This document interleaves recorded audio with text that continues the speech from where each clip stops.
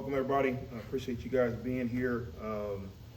Obviously, great team win last Thursday in a really tough environment. Somebody telling me it's one of the top 5 hardest places to play or winningest stadiums in college football. So for us to go down there and battle out a tough win against a really good team was really good. Players showed a lot of grit. Players showed a lot of ability to respond. We showed what preparation and finishing the week in preparation can do for us. Then we had a great opportunity to get some recruiting done with the 2 extra days, Friday, Saturday, to get out and see some high school games, some junior college games, so that was really good. And then we enter this week another huge challenge against a really good opponent, ULL, defending West champs, picked preseason number 1 in the West. Obviously, a lot of returning players. I think Coach Dez and his staff, the longest tenured head coach in the conference, I believe. And that doesn't happen by just being around. Obviously, the program has done a really good job for a really long time. I think they do a phenomenal job of developing players, recruiting the right players, letting them develop. It seems like they have guys that are there forever, which is a testament to them being able to retain really good talent. Also being able to develop that talent. I think him and his staff do a really good job of putting their guys in position to be successful. They have a very, I wouldn't say unique, but a very culture-driven system, program. Year after year, they kind of do the same things and do it well at a really high level. Players come in, they learn the culture, they learn how to do things their way. They all buy in. Obviously, with this year's team, I got an appropriate fear for them. We talked about it in the team meeting. Probably one of the most dangerous teams that will play all year because they're starting to get a lot of the players back that were injured. So kind of what you see at the beginning of the year, you can't really expect to see on Saturday. And a lot of those players have played a lot of football, so it's not going to take them a long time to get back into the flow of playing really, really good. And in theory, they still got a whole half a season left. They can drastically turn their season around, starting with 1 win at a time and putting themselves in a really good position. So we got a lot of work to do to go on the road again, to play a really good football team in an extremely tough environment. So with that, open up for questions. You go back to Thursday, it was very tight. What do you think the team learned about, trying to close a full 4 quarters? Yeah, we haven't been able to play a complete game yet, so that's why I say we got a lot of work to do. Part of that is the opponent. They make plays. They're on scholarship. They have the will to win as well. Part of that is some things that we've got to do better throughout the game to eliminate opportunities for teams to get back in games or get ahead of us in games. Part of that is just growing. I think there's a lot that we can do on our end. We talked about last week, one of the big things was making sure we finish the week of preparation, right? What do you do at the back end of your week of preparation? Most times on Thursday after practice, the physical part is done, right? You're into now rehab, you're into reviewing film, you're into final checks and balances, those type of things. But that part of the week is just as important as the beginning. And I told them after Thursday's practice, in order for us to go finish the game, we got to finish the week. I thought they did that, which allowed us to finish the game in the right manner. Obviously, we're still searching for putting all 4 quarters together collectively. There's been games where offensively we've done really good things in both halves or in separate halves. Defensively, both halves or separate halves. Special teams-wise, both halves, separate halves. In order for us to continue to move forward, we got to put it all together. And that's the goal moving forward. Off of that first half, made some early adjustments defensively, started getting pressure on the quarterback. He was affected. Second half, looked like Jason got comfortable in the pocket, then got in kind of a rhythm, able to climb the pocket even when y'all did have some pressure on that outside. And I speak to when you're dealing with a guy, it's almost like a baseball pitcher. When they get hot, it's just hard to turn it off. Yeah, we knew at some point, combination of good coaches and good players, at some point they're going to figure it out. What we wanted to do was make sure that we were as opportunistic while we could be. to put them in a little different position. I thought they did a really good job. The second half, the scorer really said kind of, okay, let's throw it to get back in it. But I thought they did a really good job of still mixing in enough run that we couldn't get into true 7-on-7. And they balanced that really well. Obviously, we allowed them to do that, which kept some of their drives alive. We allowed some huge third down conversions that probably could have stunted some of that offensively. We allowed them to get back in it by kind of spinning our wheels in the mud that third quarter. So there's a combination of things, but when you play good players and good teams and good coaches, they're not going to go in the locker room and say, okay, guys, let's get ready for next week. So for us, we've got to continue to kind of figure out, okay, which way are they going to go coming out the second half based on what we've done, what they've done. How do we adjust on that? Sometimes it's player driven. What are our players able to do at this moment? Who's playing well? Who's not banged up? Who's, got some touches? Who's got some reps?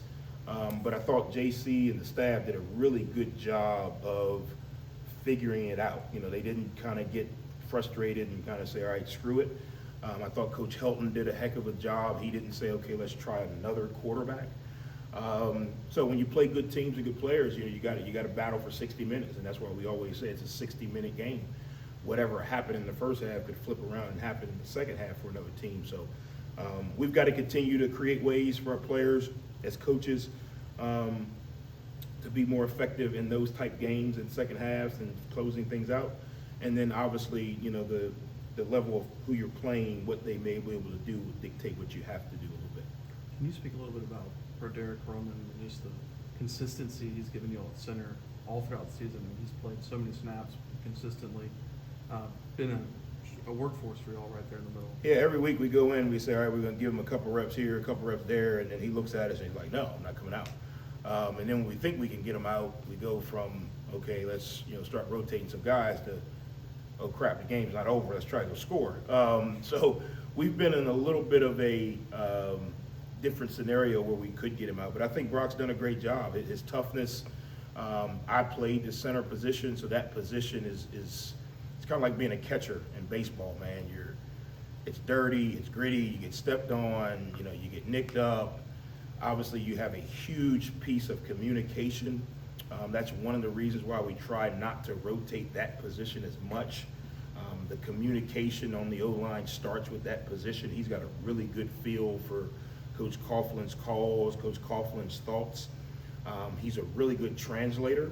I know we have our iPads on the sideline now, but still the verbal communication from the players when they come off the field is still important.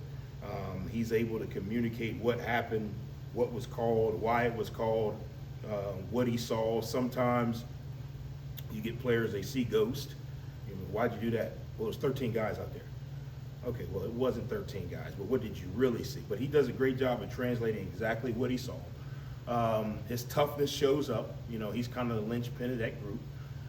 He's one of those guys who's been in college since the flood. He's been through all the different ups and downs of a college season. Does a really good job of taking care of his body. Takes a lot of pride in going. Doesn't look to come out in practice. Doesn't look to take a rep off. Takes a lot of pride in being in there until the end. And I think that toughness has kind of been the glue that has really started to gel that group up front, because we've moved a lot of other pieces around, but he's been the one kind of staple that's really kind of held it together.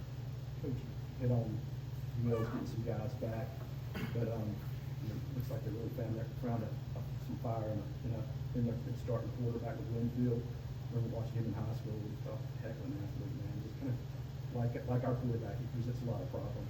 Yeah, obviously there's limited film on him, so we've had to go back and watch some high school stuff as well, just to see, what are his capabilities. He presents a lot of problems because, one, there's not a lot of film. It's kind of like a pitcher that just got called up from AAA. You don't know what he's going to throw, but he throws 99 and 100. He doesn't really have necessarily a film library that this is what he does or this is what he likes. I think Coach Dez and the staff have done a really good job. Obviously, you come in the fourth quarter of that one game and phenomenal comeback. Credit to him and the team for doing that. Then you go into a bye week. So it's kind of like, okay, in the bye week, are they adding some things, or are they trying to figure out what he can do? And then you come out and play JMU, where it's like, okay, did they add some things during the week that he loved or wasn't quite sharp on that we're going to see because it's 2 weeks out? Did they go into it and say, okay, screw it, what do we need to do to get ready to beat JMU? He's been in now, and this will be his first home start, but he's been on the mound now going on 3 times. So the more you go out there, the more comfortable you get. The game slows down the more you're out there. That's why I say they're a dangerous team, because he's getting more comfortable. I think his staff is getting more comfortable with what he can do. The guys around him are getting more comfortable with what he can do. Throw all of that on top of being a supreme athlete. If he pulls it down and gets out, he can take it the distance, which limits some of the things you can do coverage-wise, which limits how you play some of the runs. You got to have 4 sets of eyes on him because he's a legitimate threat. Limits some of the pass rush. You know, when you do get to a chance that he's got to pass, you limit some of the pass rush. You limit how you can rush. I think their O-line is doing a really good job of allowing him to see what he needs to see in the pass game. I think Coach Dez is doing a great job of putting him in position to make plays that he's capable of making. And as you watch these games, he's getting better, which is a scary thing. Would have loved to catch him right after the 4th quarter, like play the game the next day. But he's getting better. So we have to continue to understand from a defensive schematic standpoint, where are our weaknesses? How do we protect our weaknesses? What do we need to do differently? There's some things that we're going to have to do differently. We haven't played a true runner this season, like a legitimate can go 80. We've played some guys that can scramble. We've played some guys that are mobile. But this guy's like Lamar Jackson. He can turn into a running back, a receiver, an athlete like that. And he can throw very well. Throws a really good deep ball. I think he throws on time. There's some throws he throws. The guys catch him in stride. So it's going to stress us. It's going to stress us a lot. We're going to have to do a really good job this week in practice of trying to replicate all the variables. The one thing you can't replicate is instinct. And that's what I think he has, a very good instinct for his natural athleticism as well as throwing the ball. You know, I feel like it's brought up every week, but probably have to be pleased with the offensive line and the way that Jeffrey's been running it. And we saw it in the last play of the game last week. What's really, I guess what really stood out, you know, to how they played last week? Yeah, I think it's a little bit of cohesion. I think Jeffrey and all the backs, but Jeffrey especially, he's starting to come into his own. He's starting to find a little bit of a rhythm. When you really look back on it, he hasn't played a lot of football. If you really look back, you know, it wasn't like he was a 5,000-yard back at Mississippi State, or he played, you know, 4 or 5 years. Good back, good athlete. Obviously going through the spring here, the O-line was half of what it is now because we got the other half of those guys in June. Going through the summer, you really don't have pads on. Then you get into fall camp and you're going against your defense, which is really good. So it takes a while. Then you start out with an SEC team. All that to say, I think Jeffrey and the O-line are starting to kind of play together.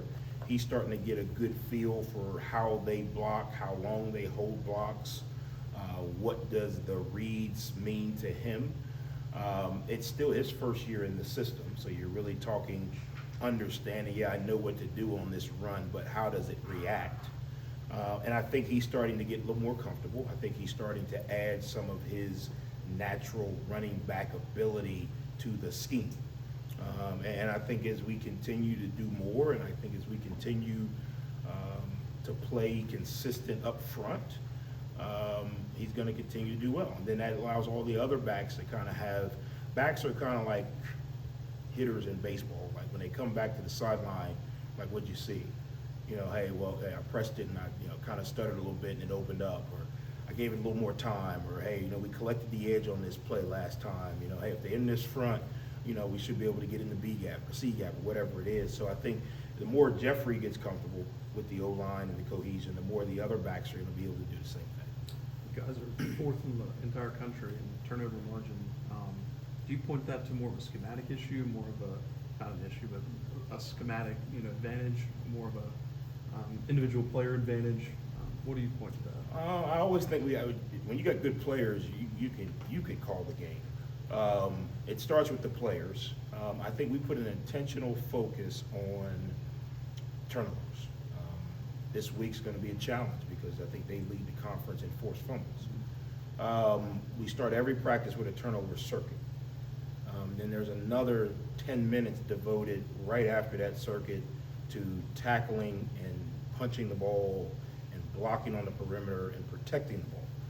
So we're putting a lot of intentional focus on taking care of the ball on offense and ball disruption on defense.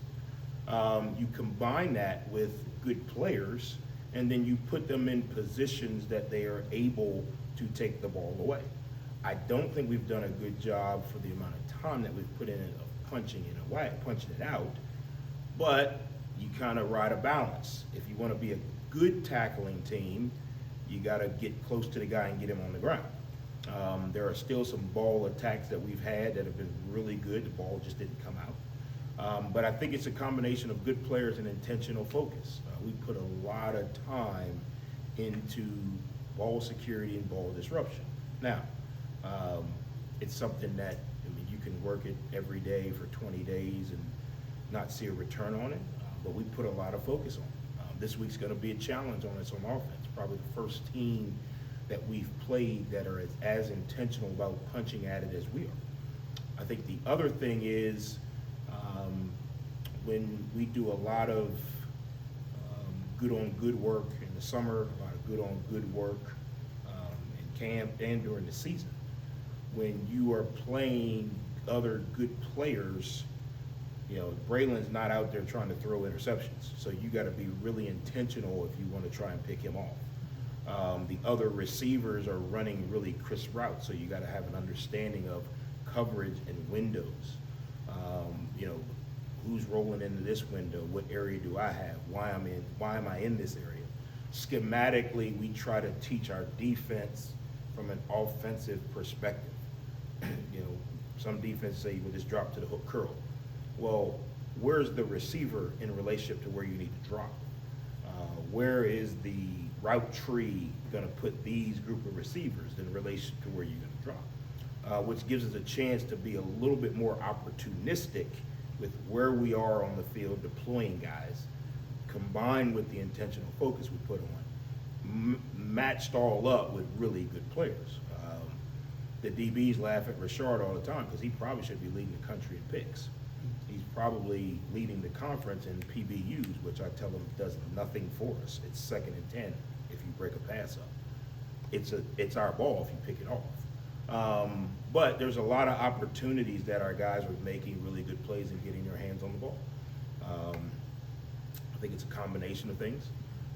At the same time, as we talk about how good we've done, we spend as much time talking about if we don't do that well in these next 6 games, it could be the other story, where all of a sudden we're the worst in the conference in turnover margin. So I think it's a combination. Coach, first of all, crazy year in this conference at the halfway point almost here. You're 2-0, and you probably haven't played your best game yet. It's kind of all in front of you. Kind of your thoughts on that? Yeah, I've won this conference. I've been in this conference a long time. It's 1 week at a time, man. There's a few things that I do know. If you want to be good in this conference, you got to take care of the football. You got to play well on the road.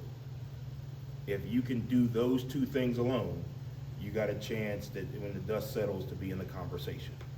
But every year I've been in it, man, it's crazy. It's a competitive league from top to bottom. On any given Saturday, Thursday, Tuesday this week, any team in this league can beat you. We spend a lot of time on the mental disposition of your preparation because that determines how you walk into the arena. 18 to 22-year-old kids, you say, well, man, they played very well last week. Well, did his girlfriend break up with him? Did his mom call and his dog sick? Did he wake up this morning and his emotional meter was just low? You don't know. That's why we're in the most volatile business in the world. But we spend so much time on the mental disposition of your preparation, because if you prepare with the right mentality, you should walk into the arena very confident, which should allow you to play a lot more consistent. I think when you see the ebbs and flows, it typically reverts back to your preparation. So you got to take it 1 week at a time. You can't look at a team's record. You know, I don't even look at the stats or the rankings, because they don't really mean anything. Because if we go down here and crap the bed, well, that changes everything for every other team in the conference, every other team on our schedule. So we've got to focus on today, try to get the mental disposition right to go out and have the best Tuesday practice we've ever had. Find a way to finish Tuesday with the right rehab, study hall, film study. Try to do it again tomorrow. Try to go on the road in a tough environment and play well enough to win. As a young head coach, I used to be so focused on, man, we didn't win by enough, or we didn't play well enough.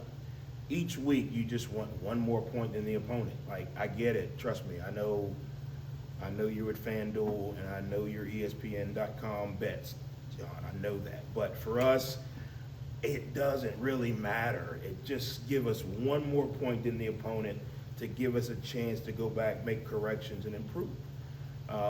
Are we striving to play a complete game? Absolutely. Are we striving to play consistent? Absolutely. So is the other team. But what do we need to do this week, starting with today, to go play well enough on Saturday to win? Then next week we'll try it again. Because at the end of the year, it's not well, you only won by. It's what's the win column, what's the loss column. And I think the more we can get our guys to be more focused on the now instead of the big picture. Obviously you have to plan, right? You got to get travel ready. You got to have game set times, all those things. But if we can get our guys in the locker room to focus on the now, I think we'll play a lot more consistent. Off of that a little bit, familiarity this Saturday. 21 guys were in Louisiana last year, 10 coaches, including yourself from the other place. How do you think that kind of helps those guys prepare for this week, especially the familiarity of what Coach Des brings on his team?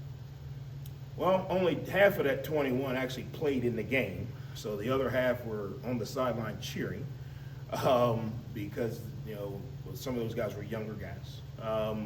But I think anytime you have familiarity with the arena, it helps, right? Where do you go? Where do you stay? What's the hotel like? How far is the locker room from the field? What's the turf like? All of those things. When we were there last time, they were just finishing the renovation. No, they weren't even finished. They were kind of in the middle of the renovation, which is a phenomenal venue for them. I think anytime you can get some familiarity, it creates a little bit of a comfort zone. And comfort zone not being content, but comfort zone being less anxiety. Still, of the 21, how many ever in the 10, there's still 60 other players that have not. So there's still a huge chunk of guys that when we talk about, you guys bring up the other plays a lot, which I totally understand. When we talk about maybe something that happened last year, for example, last week, I'm on the sideline and I am literally like, this is deja vu. I've seen this movie before. And then there's 60 guys that beside me like, well, what's wrong, Coach? We're going to win. And I'm like, you know what? You're right. You weren't here last year, so I fully understand why you have no idea why I'm sweating right now. So it's a little bit of a balance, but I do think anytime you can get some familiarity, we're getting into the western part of our schedule, which most of our guys now have some experience with these teams. Even the guys that were here last year, even the guys that have come from other places, you kind of got a little bit more experience or knowledge of your conference foes, if that makes sense. So I think it helps, but there's still a void of 60, 50, whatever guys who, like Brock Roman's never been there. He's a big piece of what we do. Blake Buster's never been there. He's a big piece of what we do. So there's still a balance. But I think anytime there's at least a few guys in the locker room that can say, You know, hey, they got 3 stalls in the bathroom instead of 2. You know what I mean? I think anytime you can get that type of information or comfort level in the locker room, I think it helps.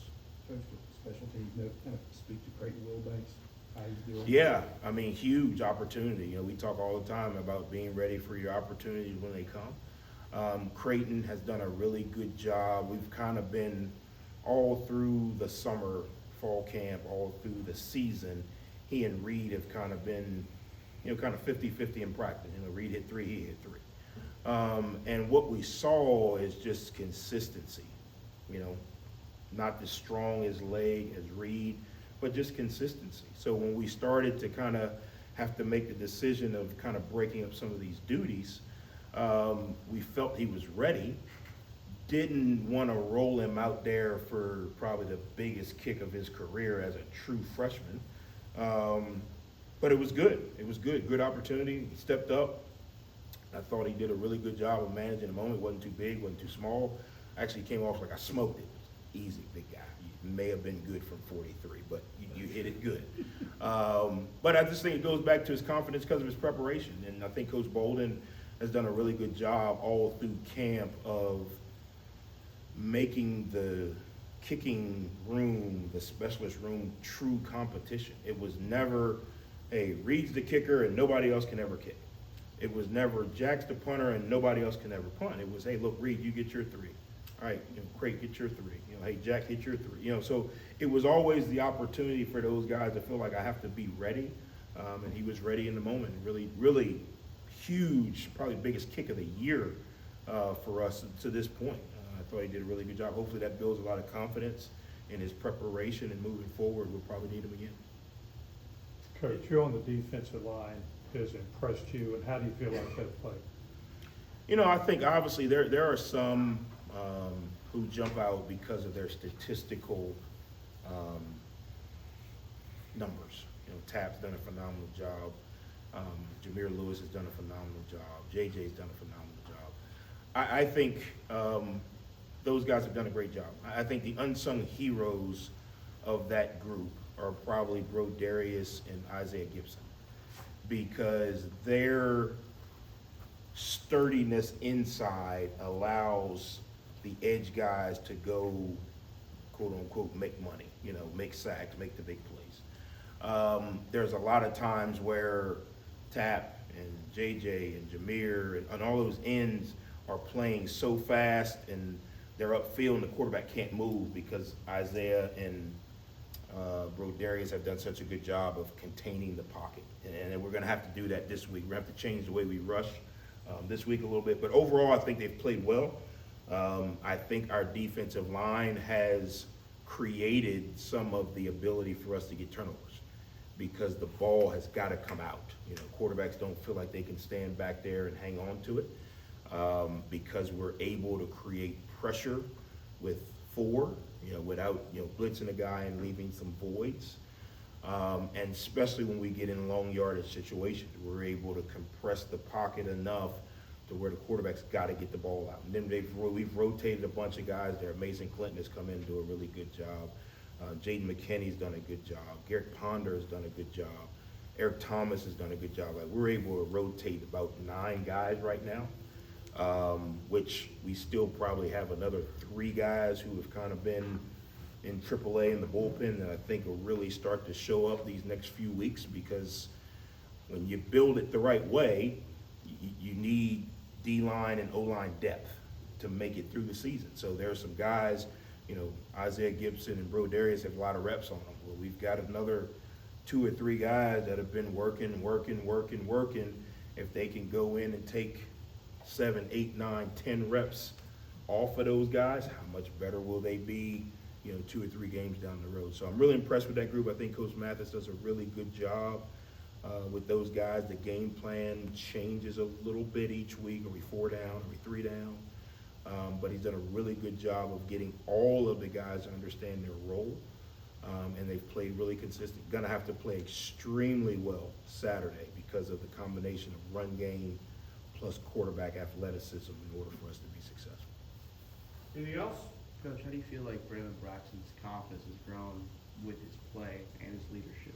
You know? Yeah, I'll say this, man. He's probably grown, and I've seen him for 2 years, so I've got a different.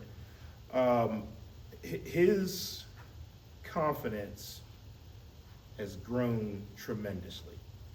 I think the biggest thing for Braylon, and we've probably all seen it, the best thing for Braylon probably was switching systems again. Because you hear about the sophomore slump, right? Or the second year slump now that we're in transfer portal world. Typically that comes because the quarterback is in the same system again and you get naturally human comfortable. I know install one. I know the formations. I know the signals. Not in a negative, just when you guys go to work, you know where the bathroom is. It's just a natural comfort from routine. I think switching systems again forced Braylon to start over from the learning process. Pair that with his maturity, like he really dove into, I'm learning this like I'm a freshman and I'm going to put the time in to learn it. What that created was that created a certain level of confidence, that created a certain level of routine, that created a certain level of I have to study it. I gotta review install one tonight because I don't know install one. Versus, well, it's my second year and I'm good with install one. I know tomorrow we're running, these 3 base passes and we're good. And a lot of times that sophomore slump is not because someone gets the big head or someone gets cocky. It's natural. How many times do you think, a quarterback in the second or third year is honestly opening the playbook at night, taking notes on install one? Probably not a lot. Well, when you're learning it again, it forces you to do that because you don't know it. And I think that allowed Braylon to get centered again this summer or this spring when we started, which allowed him to create a routine of studying, throwing, asking questions, watching film, which compared to, all put on top of all his experience, created a certain level of confidence that he's going into games feeling extremely confident with the guys he has around him, feeling extremely confident in what Coach Anderson's asking him to do, and feeling confident enough to, I'm the quarterback of the team, but I don't have to go out here and win the game. And sometimes that quarterback, that position, you kind of feel like I got to do it all. No, I can hand it off to Pittman. I can check it down to, one of the tight ends. Hey, I can take off and run and get 6. I don't have to win the game. And I think he's playing at a really high level. I think he has grown tremendously. There are some throws that he's making now that last year I would have been like, no, don't throw it. There are some decisions that he's making now that last year we wouldn't have given him the freedom to do. He's done a phenomenal job. I've told a lot of people he has probably grown the most as a quarterback that I've been around in year 2. Now, some of the guys are in different scenarios, but phenomenal. And then I think switching places forced him to become a true influencer, true leader. I got to go meet this new D-line. I got to go meet these new players. I got to spend time with these new players. It's not, we know everybody on the team, so I'm going to hang out here and play video games and, I'll see the punters when I see the punters. No, I have to actually get out of my apartment. I got to go spend time with the punters. I got to go spend time with the running backs. I got to make intentional effort to get to know everybody. And I think that forced him to become more of a leader. I think that forced him to become more of a dominant presence for the team. I think he's handled it great. Really proud of him. Wish he had another 6 years, really 2. But really proud of his progress. Obviously, he's got to continue to play well, and we got to continue to put him in good positions. The players around him have done a phenomenal job. The receivers, the O-line, the tight ends. But yeah, wish he had 6 more years. I don't know if we can petition the NC2A just for more years for no reason. But maybe who's Pavia's lawyer? We should give him a call. That guy's really good. So appreciate everybody. Look forward to seeing you guys down at Lafayette. Have a great week.